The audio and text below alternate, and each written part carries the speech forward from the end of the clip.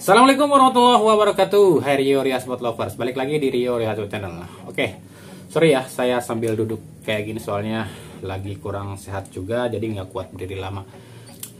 Di awal edisi kali ini saya cuma mau sedikit menjawab soal komentar salah satu penonton di channel ini, yakni @muhammadzibril742. Nggak apa-apa ya bang, kita tampilin namanya.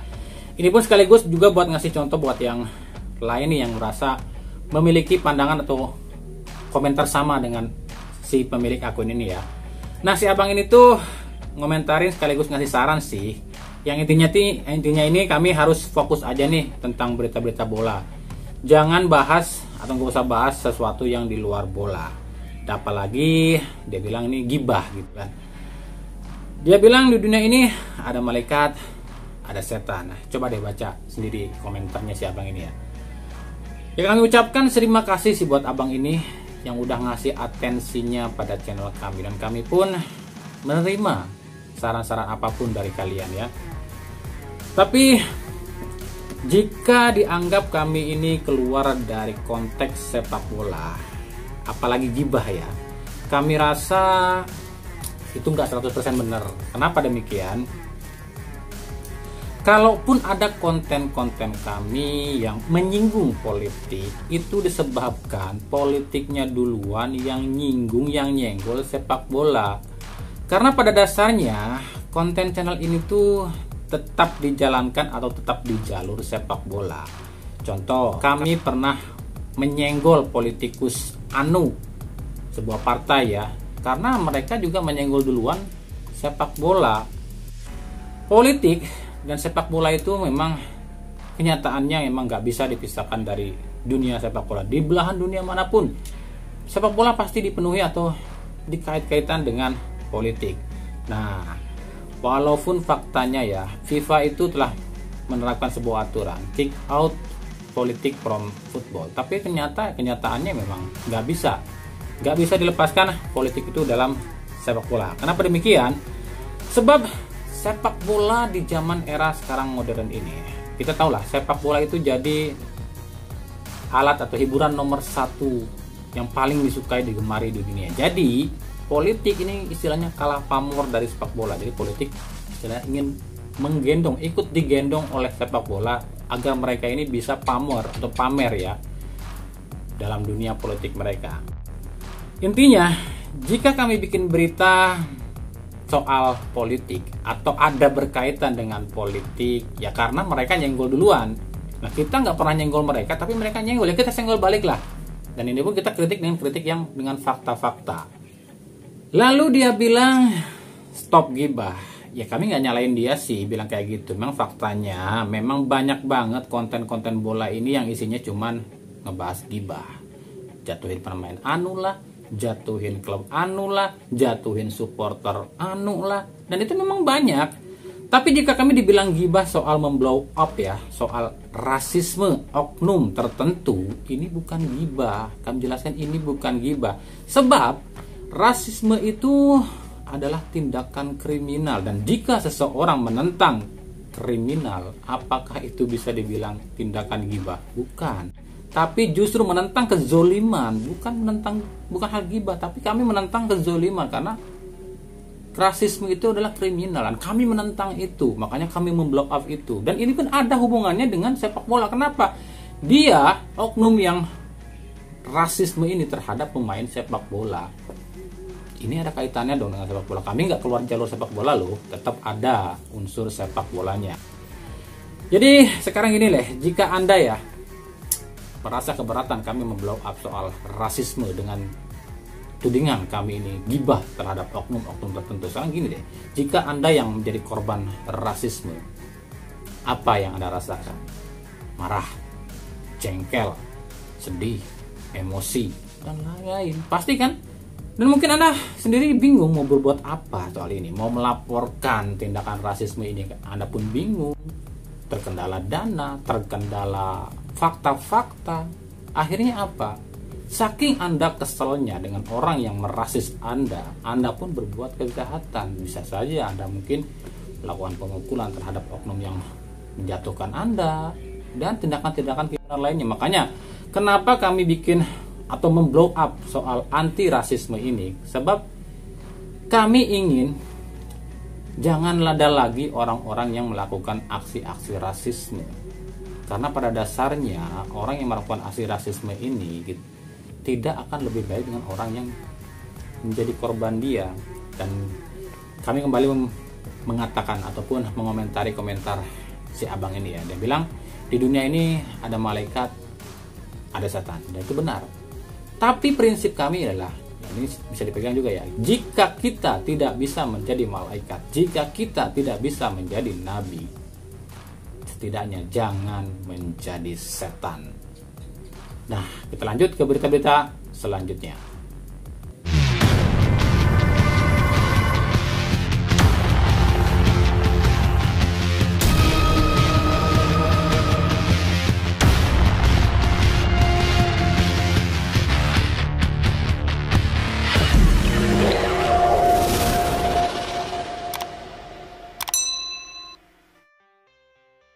PSSI tak menunjuk siapapun sebagai ketua komite wasit menggantikan Ahmad Riyad.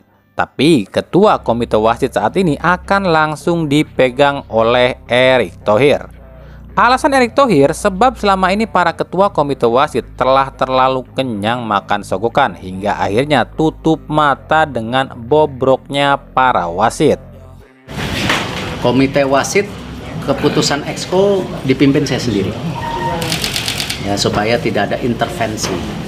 Ya, nanti komite-komite lain yang di Exco pun akan diumumkan. Kita lagi bicara satu dan lain. Saya pimpin sendiri. Ya, kalau ada yang aneh-aneh kan bisa diumum umur hidup langsung. Selain itu, Erick Thohir mengatakan kenapa dirinya tak mau menunjuk orang lain sebagai ketua komite wasit, sebab dirinya tak terlalu yakin kinerja wasit PSSI jika ketuanya dipegang oleh orang lain. Kita nggak nutup mata, kemarin banyak wasit yang dianggap bobrok, tapi kenapa tak ada pembenahan? Sebab ketuanya terlalu kenyang makan sogokan. Makanya kita nggak mau lagi itu terjadi. Kalau mau bersih ya semuanya harus dicuci, ujar Erick Thohir. Mantap, sikat habis Pak. Mengetahui Erick Thohir jadi ketua komite wasit, langsung deh para wasit ini ngadu ke Eto tentang semua permasalahan wasit selama ini. Ada yang ngomong jika ada wasit yang nggak dibayar. Ada juga wasit yang kalau mau mimpin pertandingan itu harus ngasih duit dulu ke PSSI biar ditunjuk jadi wasit pertandingan. Sampai acara mini game FIFA World Cup U20 di bulan Februari kemarin, katanya sih para wasit yang bertugas ini belum dibayar honornya. Menurut salah seorang wasit yang bertugas kala itu mengatakan, "Di sini saya mewakili rekan-rekan perangkat yang bertugas di mini turnamen U20 yang diikuti 4 negara. Sampai sekarang honor kita belum dibayarkan. Bukan pada kami saja, tapi juga pada asisten wasit dari FIFA yang bertugas saat itu. Bukan cuma honor, tapi tiket pulang pergi pun belum diganti," ujar salah seorang wasit yang bertugas kali itu yang tak mau disebutkan namanya. Kami telah menghubungi pihak PSSI melalui pembicaraan dengan Exco PSSI Arya Sinulinga dan Waketum PSSI Ratu Tisa, tapi sampai sekarang belum direspon, ujarnya lagi. Waduh, bener nggak itu? Gimana tuh Pak Erick Thohir? Tolong selesaikan.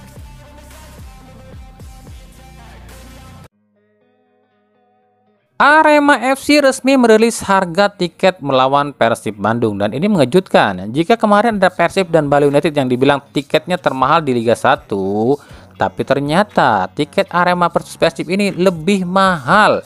Ya, yang termurah itu sekitar 150.000 dan yang termahal 350.000. Kemarin itu di Persib berapa ya? 125 atau 135 dan di Bali itu 100.000 yang paling murah. Tapi menurut pihak Arema, harga tiket segitu itu sudah termasuk beberapa benefit seperti snack, minuman, dan asuransi. Dan pihak Arema mengatakan harga tiket ini melonjak disebabkan harga sewa stadion Iwa yang di Tapun yang sangat mahal. Jadi wajar harga tiket dinaikkan. Nah, kita akan lihat apakah ada supporter Arema yang mengeluhkan lantaran tiket mahal atau tidak. Dari Persib Bandung, Persib kabarnya fix nih memenangkan lelang pengelolaan Stadion GBLA. Tapi masih banyak yang salah kaprah. Dikiranya Persib jadi pemilik Stadion GBLA. Nggak gitu juga kali. Persib memang menang dalam lelang, tapi bukan lelang jual stadion GBLA, bukan, tapi lelang kepengurusan, kepengelolaan GBLA. Jadi gini, tadinya kan yang megang GBLA itu ada 3. Yang pertama pemilik itu sama dengan Pemkot Bandung. Yang kedua pengelola. Nah, pengelola ini pihak ketiga alias swasta. Yang ketiga itu adalah pemakai. Pemakai itu siapa ya? Persib. Nah, kalau sekarang lantaran Persib menang lelang pengelolaan GBLA, otomatis stadion GBLA ini pemiliknya sekarang jadi 2. Yang pertama pemiliknya itu Pemkot Bandung, yang kedua pengelola dan pemakai ya pihak Persib.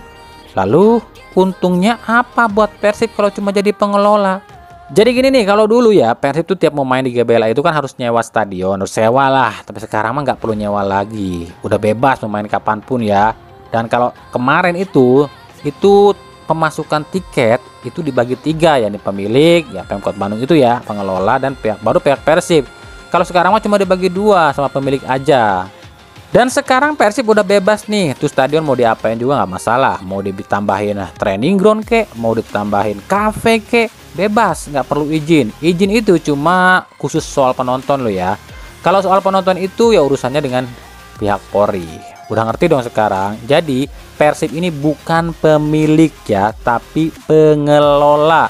Dan ini di Indonesia itu cuma ada baru beberapa klub loh yang bisa seperti ini. Seperti Bali United dengan Iwayan Dipta, lalu Segiri dengan Borneo FC-nya, dan Persita Tangerang dengan Indomik Arenanya.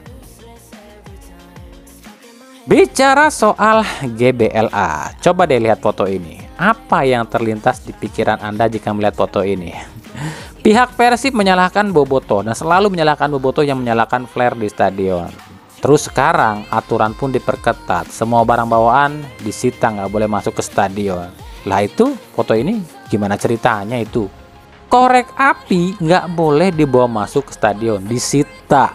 Tapi tukang rokok ada di dalam stadion. Ya wajar aja masih banyak api di dalam stadion. Wong ada yang jualan api kok. Lalu apa kesimpulannya di sini? Kan kami sering bilang dan bahas, selain supporter nakal, ada juga panpel nakal.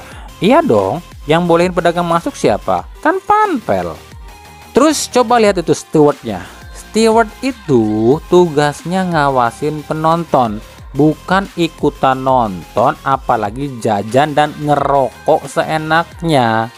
Jadi buat manajemen Persib, tolong benahi panpel Anda. Anda minta Bobotoh berbenah, tapi klubnya sendiri nggak mau benahi perangkatnya.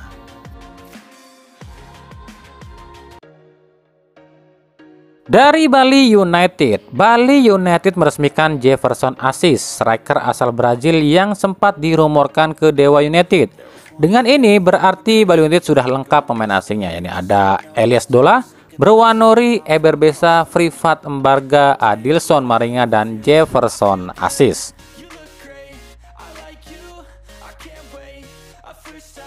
Dari Persikabo resmi mencoret 2 pemainnya, yakni Marcelo Barbosa asal Brazil dan digantikan oleh Pedrinho dan Miftah Anwar Sani seorang bek kiri.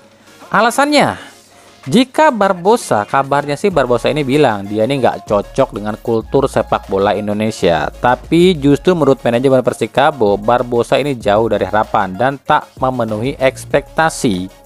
Sementara untuk Miftah Anwar Sani sendiri, manajemen Persikabo nggak mau bilang alasannya ya, cuma bilang nih Miftah kabarnya sih menerima tawaran di klub lain. Nah ini yang menarik nih, katanya sih pengganti Miftah ini adalah pemain yang akan dipinjam dari Persib. Siapa ya kira-kira? Dari Persija, Ketum PSSI Erick Thohir mengapresiasi aksi sejumlah Jackmania yang melakukan pembersihan sampah di Stadion GBK usai laga lawan PSM. Terlihat dalam video para Jackmania ini bergotong royong memunguti sampah yang berserakan. Oke, kami pribadi salut dengan Jackmania dalam hal ini, tapi kami nggak mau membanding-bandingkan dengan supporter lainnya. Takutnya ada saling keribut ataupun saling hujatan, saling ejek nantinya ya. Kami cuma akan membandingkan hal ini dengan kampanye politik. Nah, pasti ada yang bilang nih, Bang, bawa-bawa politik mulu. Ya nggak apa-apa lah, biar kalian ini sadar Usai kampanye partai di GBK, ada nggak tuh dari pihak partai mengutin sampah di GBK? Ngomong sih manis, sampah yang ada akan kami daur ulang. Pret. Buktinya, Dinas Kebersihan Jakarta dan pengelola GBK tuh yang bersihin. Padahal kalau hitung-hitungan bayar sewa ya sama-sama bayar kan? Ya Persija bayar, partai bayar. Ya nggak? Tapi di sini manfaatnya jelas gedean bola dong. Bola nggak ngerusak stadion, bisa ditonton, bisa dinikmati, jadi hiburan, jadi tontonan.